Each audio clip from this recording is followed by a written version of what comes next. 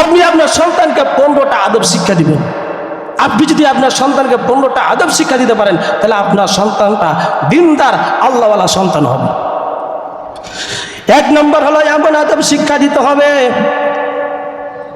যেন আপনার বাচ্চা কোনোদিন কোনো জিনিস ধরার আগে, দেওয়ার আগে, খাওয়ার আগে সে যেন ডান হাতে খাবার খায়, ডান হাতে খাবারটা নেয়, ডান হাতে যেন খাবারটা দেয়।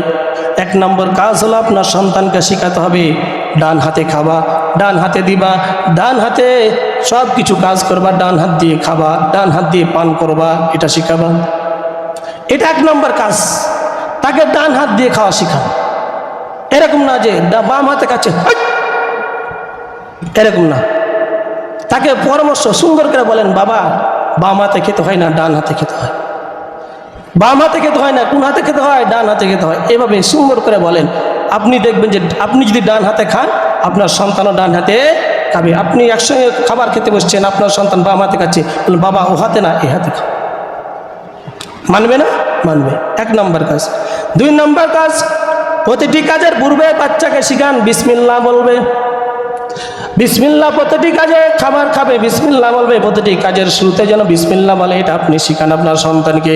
আপনার সন্তান ছোট হয়ে আছে, সে সন্তানটা এটাই শিখবে। কিন্তু আমি নিজে তো বিসমিল্লাহ বলি না, এ তো মিনার মা খাবার লিয়ে তাড়াতাড়ি লিয়ে গাবা গাব খাইছে, এরকম আছে না? এই জন্য আপনি খাবেন বিসমিল্লাহ বলে, সন্তানকে শেখাবেন বিসমিল্লাহ বলে। নাম্বার 3 হলো বসে খাবার খাওয়া শিখাবেন। বসে বসে খাবার খাওয়া, সে দাঁড়িয়ে দাঁড়িয়ে না। বসে খাবার শিখাবেন, দাঁড়িয়ে দাঁড়িয়ে না। আপনি বসে খাবেন, আপনার সন্তান বসে খাবে। আপনার সন্তানকে বলুন বাবা বসে খাও, দাঁড়িয়ে দাঁড়িয়ে খেয়ে বেড়াচ্ছে না, বাবা বসে খাও।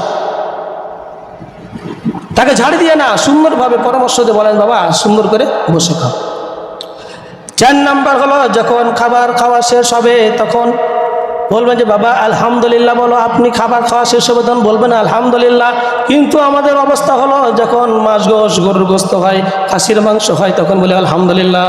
কিন্তু পটল দিয়ে যখন মাল হয় তখন আলহামদুলিল্লাহ বের হয় না। যারা বলেন ঠিক কিনা?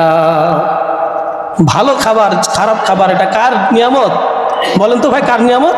আল্লাহ রাব্বুল আলামিন। এই জন্য খাবার শেষ হবে, আপনি আপনার বাচ্চা খাচ্ছে, আপনি জোরে আলহামদুলিল্লাহ বলেন। আপনার বাচ্চা দেখবে যে আব্বা আলহামদুলিল্লাহ বললে বাচ্চাও বলবে আলহামদুলিল্লাহ। তাহলে খাবার শেষে আলহামদুলিল্লাহ বলা শেখাবো না সকলে? 6 নম্বর। 4 নম্বর গেল। 5 নম্বর হচ্ছে বাচ্চাদেরকে পরিষ্কার পরিচ্ছন্ন শিখাবেন। বাচ্চাদেরকে পরিষ্কার পরিচ্ছন্ন শিখাবেন। বাচ্চারা দেখেন যে জামাতে, শার্টে, গেঞ্জিতে ময়লা তুলছে আর ঘষছে। বাচ্চাদের বলা এভাবে না, পরিষ্কার পরিচ্ছন্ন তাদের শিখাবেন। 6 নম্বর হলো ইস্তিনজা, অর্থাৎ বাথরুম করা তাদেরকে শিখাবেন। বাথরুমে পুরো ঢুকবে কোন পা দিয়ে? বাম পা দিয়ে ঢুকবে, ডান পা দিয়ে বেরিয়ে আসবে। বাথরুমে যে কোনো কথা বলবেন না, এই কথা বলবেন তাদেরকে, বল বাবা বাম পা দিয়ে ঢুকো, বাম পা দিয়ে বেরিয়ে আসো। আসার পরে কুলি করবে, আসার পরে হাত মুখ ধুয়ে কুলি করবে, পারলে উজু করবে। এই জন্য বাচ্চাদেরকে পেশা পায়খানা কথা শিখবে। কিন্তু আজকে দেখেন যে তা আমরাই তো শিখি না।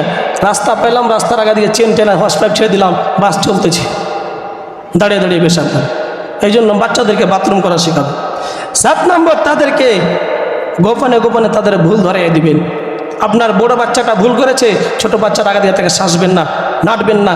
তাকে একটাই ডেকে ঘরে বলি বাবা তুমি যে ভুলটা করেছো আর করা যাবে না। মনে করেন একটা আম পেড়ে নিয়েছে, ওই কাজটা করা যাবে না, ঠিক আছে কি না? ছোট বাচ্চার সামনে তাকে ডাঁটবেন না, তার মনটা খারাপ হবে যে আমার ছোট ভাইয়ের সামনে আমাকে মারছে। 8 নম্বর হচ্ছে আজান দেওয়ার সময়, যখন আজান হয় তখন তাদেরকে আজানের জবাব দেওয়া শিখাবেন। যে আজান দিচ্ছে জবাব দেওয়া শিখাবেন। না পারলে চুপ থাকো বাবা, আজানের সময় চুপ থাকো। কিন্তু আজানের সময় আমরা কি করি?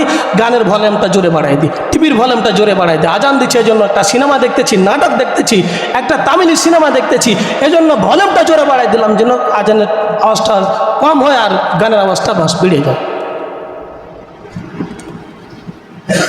আজকে যারা ছেলেমেয়েরা দেখেন নদীতে পিকনিকে যায় বিশাল বিশাল বক্স নিয়ে, যেগুলো কথাটা আসলো তো যখন বিশাল বিশাল বক্স নিয়ে গেল, তারা যদি খোদা না গাছটা মারা যায় তারা কোথায় যাবে? ওরা নিজেরা বলছে যে আমরা মরে গেলে জাহান্নামে যাবো। ওরা নিজেরাই বলছে আমরা মরে গেলে জাহান্নামে যাবো। তো যাচ্ছে কেন? বাপ মা শিক্ষা দেয় না। এরপরে আমার বন্ধুগণ, আমার ভাইগান, 9 নম্বর হচ্ছে যে রাসূল সাল্লাল্লাহু আলাইহি সাল্লামের উপর দুরূদ পড়া শেখাবেন। রাসূল সাল্লাল্লাহু আলাইহি সাল্লামের উপর দুরূদ পড়া শেখাবেন। এরপর আজানের দোয়া তাদেরকে শেখাবেন, এগুলো শেখাবেন। নাম্বার 10 হলো, যদি সম্ভব হয় প্রত্যেকটা বাচ্চার বিছানা আলাদা করে দিবেন। প্রত্যেকটা বাচ্চার বিছানা আলাদা করে দিবেন। একটা বাচ্চার বয়স 9 বছর, মেয়েটার বয়স 9 বছর, ছেলেটার বয়স 12 বছর। 2 ভাই বোন এক বিছানায় ঘুমায়, গলা ধরে জড়াজড়ি করে ঘুমায়। এটা কি যাবে? আর যাবে কি? যাবে না। আমি বলবেন যে আমার ছেলে মেয়ে খুব সুন্দর, ভালো, খুব মিল, একটা আর একটা গলা জোড়ে ঘুমায়। আর ইসলাম শরীয়ত এটা সাপোর্ট করে না। আমরা প্রত্যেকটা বাচ্চা যারা বড় হয়েছে তাদেরকে বিছানা আলাদা করি। 11 নম্বর হলো, তাদের এমন অভ্যাস গড়ে তুলতে হবে যাতে তারা রাস্তাঘাটে ময়লা আবর্জনা না ফেলে, রাস্তায় যেন ময়লা আবর্জনা না ফেলে। কিন্তু আজকাল যায় এটা ফেলে রাস্তাতে ফেলে। হ্যাঁ, এই যে কলার চুচা রাস্তাতে ফেলে এসো, এটা আমরা শিখাই। কিন্তু এই কলার চুচাটা আপনি রাস্তায় ফেললেন, একটা মানুষ স্লিপ করে পড়ে মাজা ভাঙবে, পা ভাঙবে। এই জন্য আপনি তাদেরকে শিখাবেন যে রাস্তায় কোনো ময়লা আবর্জনা ফেলা যাবে না। 12 নম্বর, খারাপ বন্ধুদের সাথে উঠা বসা না করে। আপনাকে খেয়াল করতে হবে যে খারাপ বন্ধুদের সাথে উঠা বসা করছে কিনা। কিন্তু আজকে দেখবেন যে আমার ছেলেটা বাড়ি থেকে কুঁটি বের হয় না, শুধু ঘরে পড়ে থাকে। আমার সন্তানটা এতই লাজুক, ওই যে মোবাইল পেয়েছে, ফ্রি ফায়ার পাবজি পেয়েছে, আর 8-10টা বন্ধু নিয়ে আসে। তারপরে ফ্রি ফায়ার পাবজি খেলে, এর মধ্যে আরও কি দেখে? ল্যাংটা ল্যাংটি দেখে, মানে বাংলা ভাষায় বলছি, ল্যাংটা ল্যাংটি দেখে। আজকে যুব সমাজে ধ্বংস হয়ে যাচ্ছে।